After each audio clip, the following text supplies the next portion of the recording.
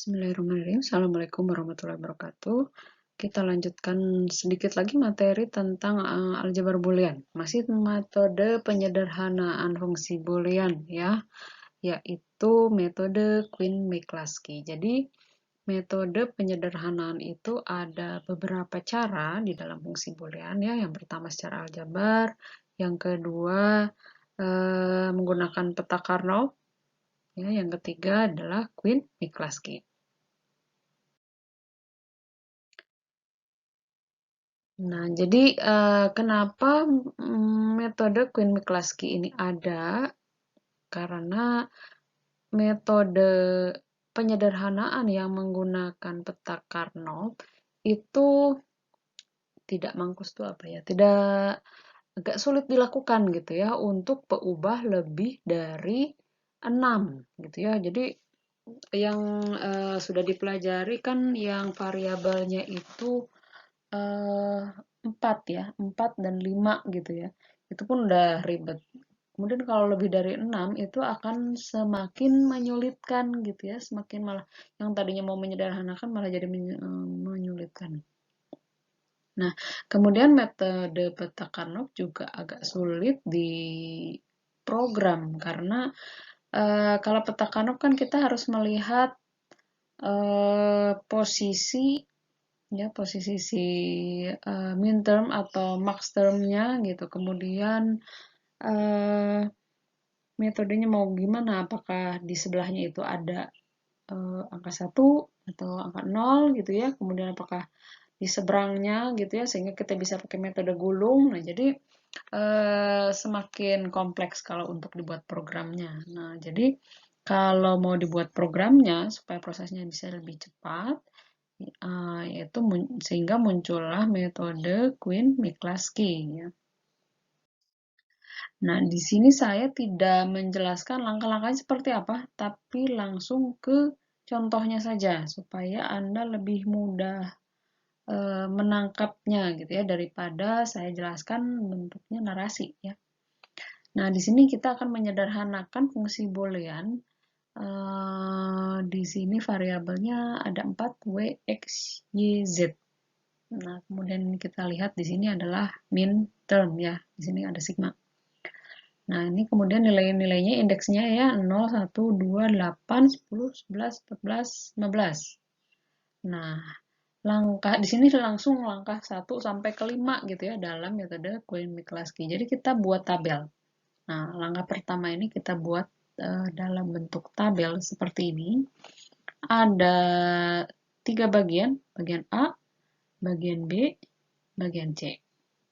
Nah, bagian pertama ini terdiri dari kolom term dan kolom variabel-variabelnya. Ya.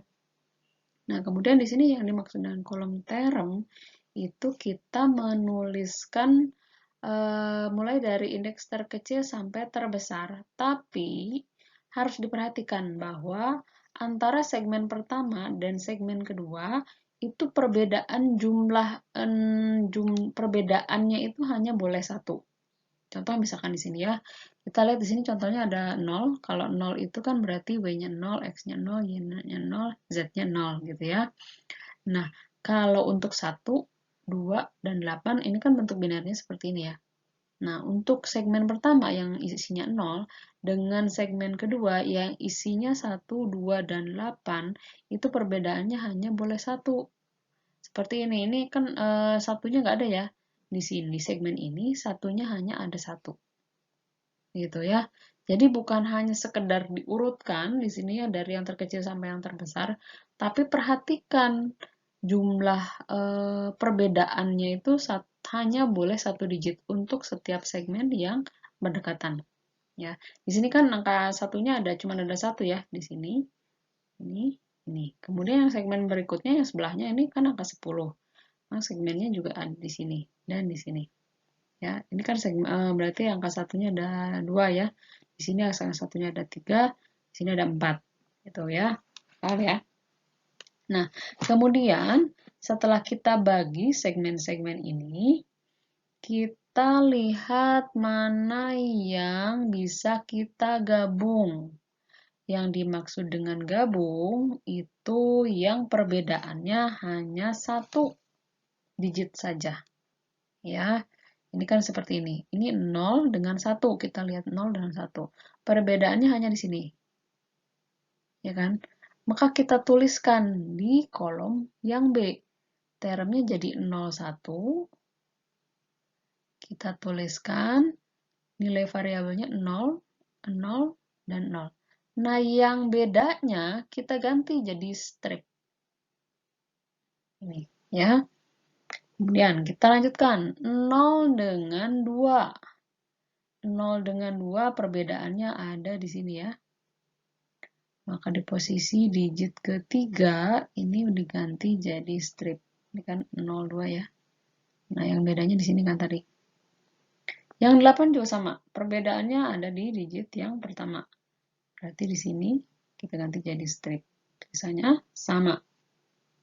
Demikian juga dengan segmen-segmen yang lain. Jadi, Anda memasangkan anggota segmen pertama dengan kedua, yang kedua dengan ketiga, ketiga dengan keempat, keempat dengan kelima.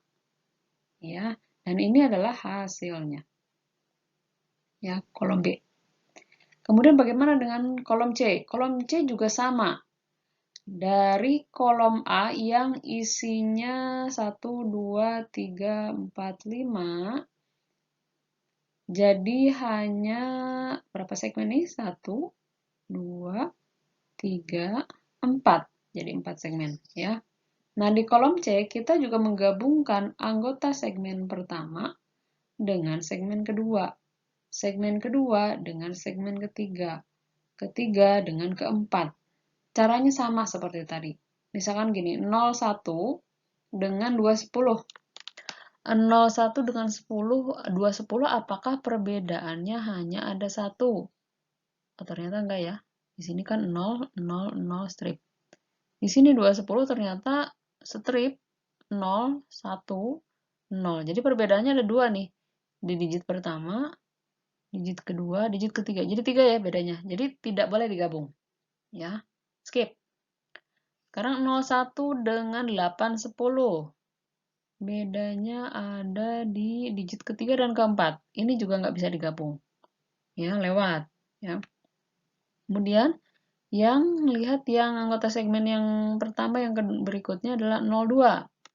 02 dengan 210. Bedanya ada di 2 ya, digit pertama dan digit kedua ini nggak bisa juga digabung. Ya. Dengan 810. Ini 1, 0, nah ini bisa ya. 02 dengan 810. Perbedaannya hanya di digit pertama di sini. Ya. Yang lainnya sama. Maka kita tuliskan di kolom C. 0, 2, 8, 10. Ininya boleh diurutkan ya.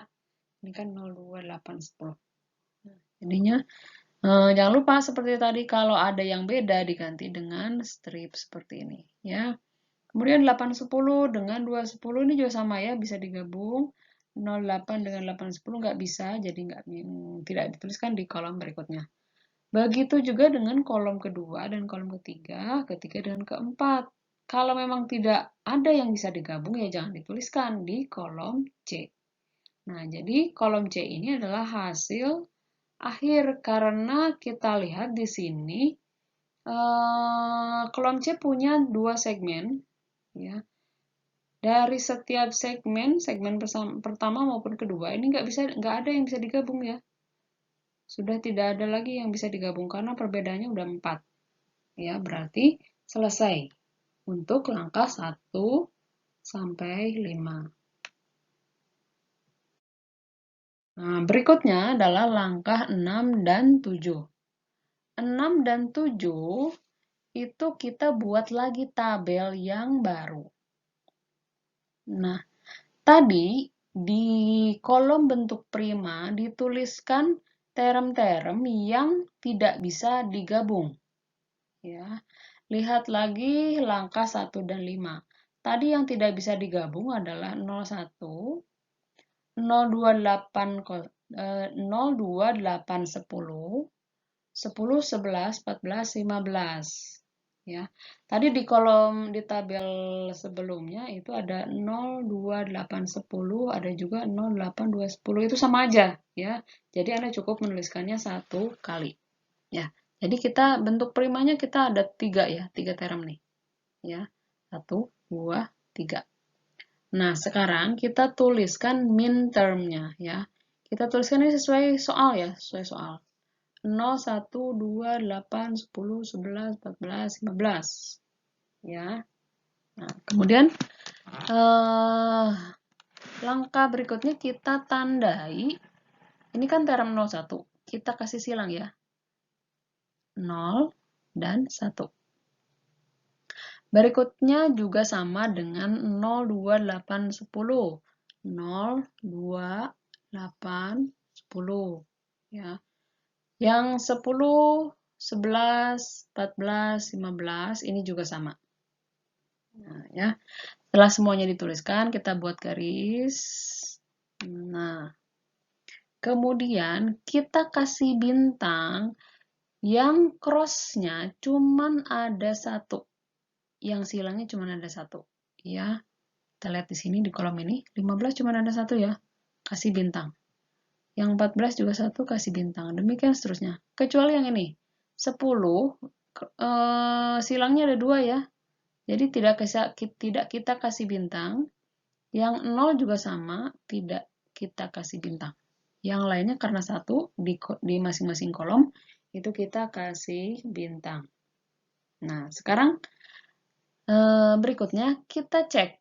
Ya, kita cek apakah dari bintang-bintang ini sebetulnya semua term, semua indeks ini sebetulnya udah masuk. Gitu, ya.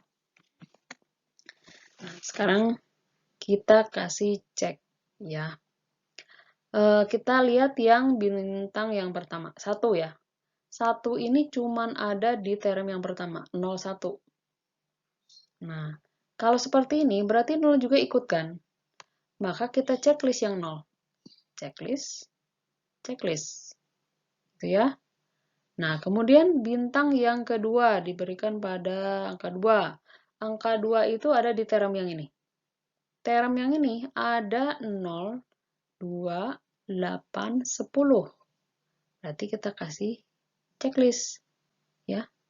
0, 2, 8, 10. Nah, 10 jadi sudah di checklist. Berikutnya 11, 14, 15. 11, 14, 15 cuma ada di sini. Ada di sini ya. 11, 14, 15. Ada 10-nya ikut nih ya. Nah, jadi 10, 11, 14, 15. Jadi kita perhatikan di sini semua checklist sudah dimiliki oleh semua indeks term min termnya. Artinya berarti sudah selesai pekerjaan Anda. Walaupun di sini tidak ada bintang, tapi karena dia sudah di checklist, dia ikut dengan term yang lain. Jadi aman. Dia sudah ada di term yang lain. Jadi bentuk primanya ini memang sudah kepilih semua ya. Sudah yang paling sederhana nih. 01, 02, 8, 10, 10, 11, 14, 15. Nah, sekarang kita lihat lagi di kolom sebelumnya ya, bahwa 01 itu bersesuaian dengan W aksen, X aksen, Y aksen. Ini lihat dari tabel sebelumnya ya. 0, 2, 8, 10. Berarti X aksen, Z aksen. 10, 11, 14, 15 adalah WY. Jadi, soal yang tadi, itu ternyata bentuk sederhananya seperti ini. Ya. W aksen, X aksen, Y aksen ditambah X aksen, Z aksen ditambah WY. Sudah selesai contoh penggunaan metode penyederhanaan Quine-Miklaski.